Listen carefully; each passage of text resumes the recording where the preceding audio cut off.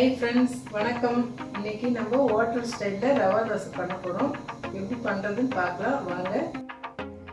ரவா தோசைக்கு தேவையானது 1 கப்பு ரவை, 1/2 கப்பு அரிசி மாவு, 1/4 கப்பு கோதுமை மாவு, 2 வெங்காயம், 1 ஸ்பூன் இஞ்சி, கொஞ்சம் கொத்தமல்லி, கறிவேப்பிலை, 2 பச்சை மிளகாய், மிளகு, ஜீரகம், பெருங்காயம்.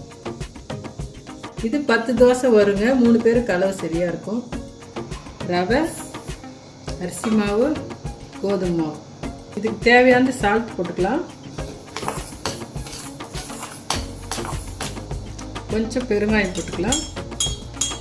1 ஸ்பூன் ஜீரகம், 1/4 ஸ்பூன் மிளகு. இப்போ தண்ணி ஊற்றி மிக்ஸ் பண்ணிக்கலாம்.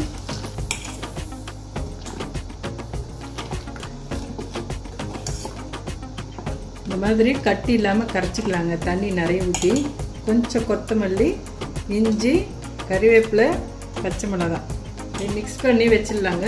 ஒரு 15 நிமிஷம் ஊற வச்சிடலாம். இப்போ 15 நிமிஷம் ஆயிடுச்சு. ரவை நல்லா ஊறிடுச்சு. ஊறினோடனே இது கெட்டியாகிடுச்சு பாருங்கள். இப்போ தண்ணி இன்னும் கொஞ்சம் மிக்ஸ் பண்ணிக்கலாம். அதுங்க இந்த மாதிரி தண்ணியாக இருக்கணும்.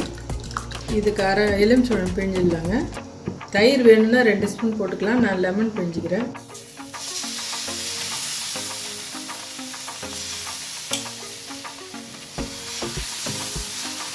நம்ம நெய், எண்ணெய் எது வேணாலும் ஊற்றிக்கலாங்க. நான் நெய் ஊற்றுறேன்.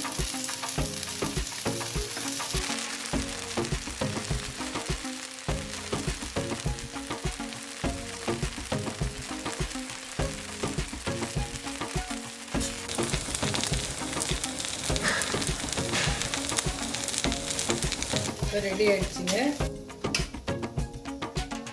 இப்போ ஆனியன் போட்டு ஊற்றிக்கலாங்க. இதில்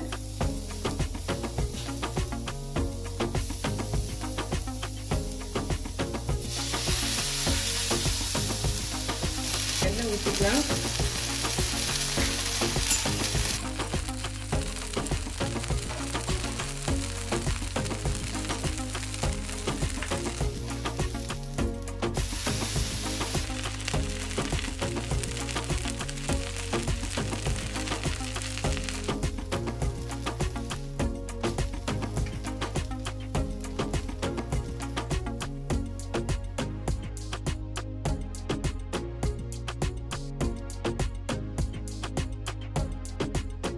ஸ்டைல் ரவா தோசை ரெடி. நீங்கள் வீட்டில் ட்ரை பண்ணி பாருங்கள்.